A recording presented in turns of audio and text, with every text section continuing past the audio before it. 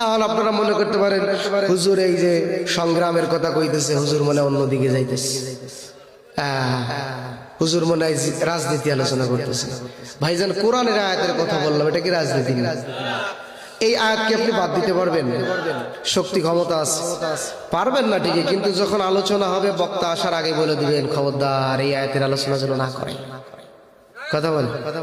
এখনো যদি আল্লাহ তাআলা যে আমাদের এই যে সময়টা দিয়েছেন, এখনো যদি সময়ের সদ্ব্যবহার না করতে পারি, আল্লাহ তাআলার পক্ষে হক কথা না বলতে পারি, আল্লাহ তাআলা রাগান্বিত হয়ে আবারও গোলামির জিঞ্জিরে আমাদেরকে আবদ্ধ করতে পারে না চিল্লায় বলেন। রে বান্দা, তোরা তো গোলামির জিঞ্জিরে আবদ্ধ ছিলি, মুক্ত করে দিলাম, এখনো তোরা হক কথা কইতে ভয় পাস, আমার কথা কইতে ভয় পাস, কোরআনের কথা কইতে ভয় লাগে। এখনো সত্যের কথা বললে আমাদেরকে জঙ্গিবাদী বলে, কোরআনের কথা বললে মৌলবাদী বলে। সত্যের পক্ষে গান গাই বলে আমি জঙ্গিবাদী, জিহাদের পথে কথা বলি তাই বলে আমাকে মৌলবাদী। ঠিক না? কোরআন হাদিস কেন মানো না? শরীয়তের ধারণা। কোরআন হাদিস কেন মানো না? শরীয়তের ধারণা। নেই বিচারের কথা যদি বলি, নেই বিচারের কথা যদি বলি, তখন বলো ফতোয়াবাজি আমি বিদ্রোহী বিপ্লবী মৌলবাদী, আমি জঙ্গিবাদী। সত্যের পক্ষে গান গাই বলে আমি বিদ্রোহী, সত্যের পথে ডাকি বলে আমি বিপ্লবী। সত্যের পক্ষে গান গাই বলে আমি বিদ্রোহী, সত্যের পথে ডাকি বলে আমি বিপ্লবী। কোন ঠিক না? কি মনে করে ওই হনুমান দাড়ি টুপি দেখলেই তালেবান? কয় না। আচ্ছা, রসুল কি তালেবান? রসুলের আদর্শ আমরা মানি নাকি তালেবানের আদর্শ মানি? আমরা সবাই মুসলমান না? কবরে দাঁড়িয়ে নিয়ে যেতে হবে না? দাঁড়িয়ে রাখলে কয় তালেবান। কি যারা এইগুলো বলে আমরা তাদেরকে হনুমান বলি। কি বলি? কি মানে করে ওই হনুমান দাড়ি টুপি দেখলেই তালেবান? আবার মাথায় পাগড়ি দেখে যদি, তারা মাথায় পাগড়ি দেখে যদি, তখন বলে জঙ্গিবাদী আমি বিদ্রোহী বিপ্লবী মৌলবাদী, আমি জঙ্গিবাদী। সত্যের পক্ষে গান গাই বলে আমি বিদ্রোহী, সত্যের পথে ডাকি বলে আমি বিপ্লবী। ঠিক না? তাহলে সত্যের পক্ষে কথা বলতে হবে না? বলতে হবে না? আল্লাহর কোরআনের কথা বলবো, আপনারা কি বেজার হবেন? আল্লাহ বলছে, তাহলে কি বলতেছিলাম? আল্লাহ তাআলা বলছে ব্যবসা করার জন্য পুঁজি লাগবে কয়টা? প্রথম পুঁজিটা কি? জীবন দিয়ে দিতে হবে। কার জন্য? ওই নাস্তিক বেঈমান বদমাইশ ভণ্ড প্রতারকরা যখন আমার নবীকে বদমাইশ বলে গালি দেয়, তখন একজন মুমিনের ভিতরের ঈমানটা কিভাবে নিস্তেজ হয়ে পড়ে করতে পারে? চুপ করে থাকা যায়? আমার রাসূলকে গালি দেয়, আমার মালিককে গালি দেয়, আমার ইসলামকে গালি দেয়, আর আমরা সেটা কখনো মেনে নিতে পারি না। আমরা কথা বলবো, প্রয়োজনে গুলি করলেও আমরা বুক পেতে দিব, কারণ আমরা আল্লাহর সাথে বিজনেস করছি। আবার যখন বলা হয় বান্দারে একটা মসজিদ এখানে আছে, ঘরটা কার? আল্লাহর। ঘরের মেরামত করার প্রয়োজন, তুমি তো 10 তলা বিল্ডিং করলা, কত সুন্দর কয়রা, আল্লাহর ঘরটা এখন অবহেলায় পড়ে আছে, কিছু টাকার প্রয়োজন, আল্লাহর ঘরের জন্য কিছু দান করো।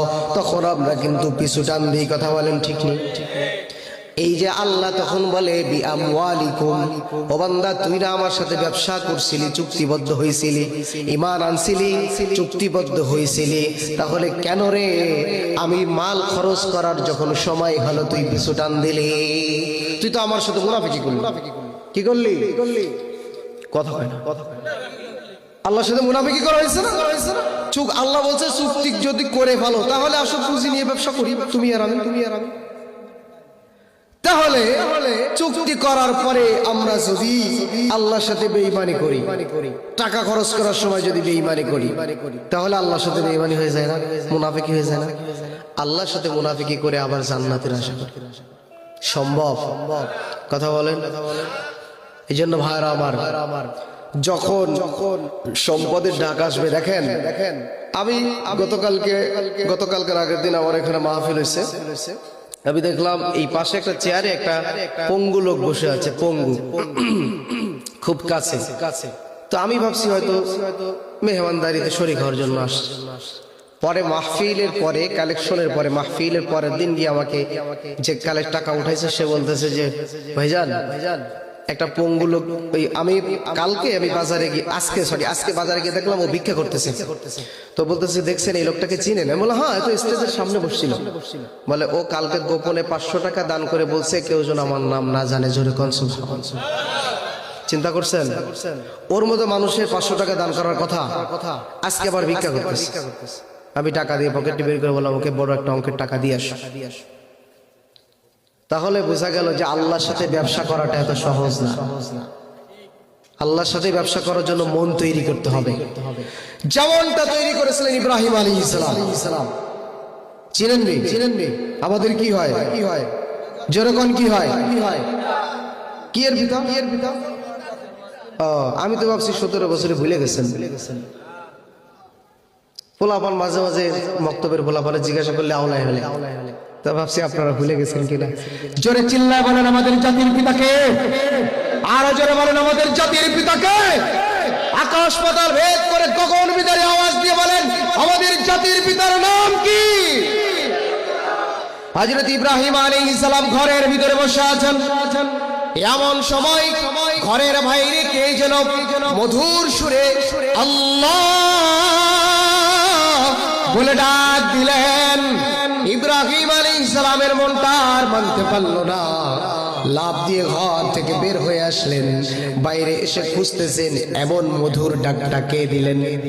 খুঁজতে খুঁজতে দেখলেন একজন ভিক্ষুক, একজন ভিখারি, মুসাফির আল্লাহ বলে ডাক দিয়েছেন। ইব্রাহিম আলাইহিস সালাম তার কাছে গিয়ে অনুনয় করে বললেন ভাইজান, বড় মেহেরবানি করে আপনার কাছে এসেছি, আপনি একটু দয়া করে আমার মালিকের নামটা আমাকে আরেকবার শোনান না। আর আমরা আল্লাহর নামে জিকির হলে সেখানে বসি, আল্লাহর নামের কথাটাও আমরা মুখ দিয়ে আস্তে করি। ওই যে বললাম না ছক্কা ছয় গোল গোল, এমন জোরে বলে তাগি খুলে লুঙ্গি পড়ে যায়, কথা হয় না। ভুল বলছি নাকি? এমন জোরে ইয়ং পোলাপান এমনি তো গান জুটে গাঞ্জা খায়া মাজাই নেই কিছু, আর গোল করে দিছে লাভ। এমনি প্যান্ট শার্ট ছিল পাশার নিচে, যেই গোল করে লাভ দিছে ওদিকে সদরঘাট। কি জোরে এসকোটা না তার উঠছে, কারণ ও ইহুদিদের কে মহব্বত করে আন্তরিক ভাবে, কথা বলেন ঠিক না? আমরা কাকে মহব্বত করি? তাহলে আল্লাহ নাম বলার সময় আমরা জোরে বলতে পারবো না? সুবহানাল্লাহ বলার সময় জোরে বলতে পারবো না? এরে আমরা তো আমাদের কোনো অস্তিত্ব ছিল না, আমাদের এত অহংকার কিসের? আমরা একদিন এই দুনিয়া ছেড়ে চলে যাবো না? আর আমার ইব্রাহিম আলাইহিস সালাম ওই যে বাইরে চলে আসলেন, মনে আছে? বাইরে এসে বললেন ভাইজান আপনি একটু আরেকবার আল্লাহ বলে ডাক দেন না। কিন্তু ভিক্ষুক বলে চালাক মানুষ, ভিক্ষুক বলে না এত সহজে আমি ফ্রিতে কাউকে আল্লাহর নাম শোনাই না, আমাকে যদি আল্লাহর নাম শোনাতে হয় বিনিময়ে দিতে হবে। ইব্রাহিম আলাইহিস সালাম একটু ভাবলেন না, কারণ অন্তরে মজা লেগে গেছে। ওই সমাজের মধ্যে তরুণ তরুণীর প্রেমে পড়ে গেছে। তরুণী যদি এই কুয়াশাময় রাত্রে একটার সময় একটু মিস কল দিয়ে বলে আসো, ও কিন্তু আগ পিছার ভাববে না, ওই কুয়াশার রাত্রে দৌড় দেবে, কথা বলেন ঠিক কিনা? কারণ হলো ওর অন্তরে তরুণীর মহব্বতটাই কলবের ভিতরেও জায়গা করে দিয়েছে। এই জায়গাটা বড় মায়ার জায়গা, এই জায়গাটাকে আল্লাহ তাআলা মায়া দিয়ে ভরে রেখেছেন।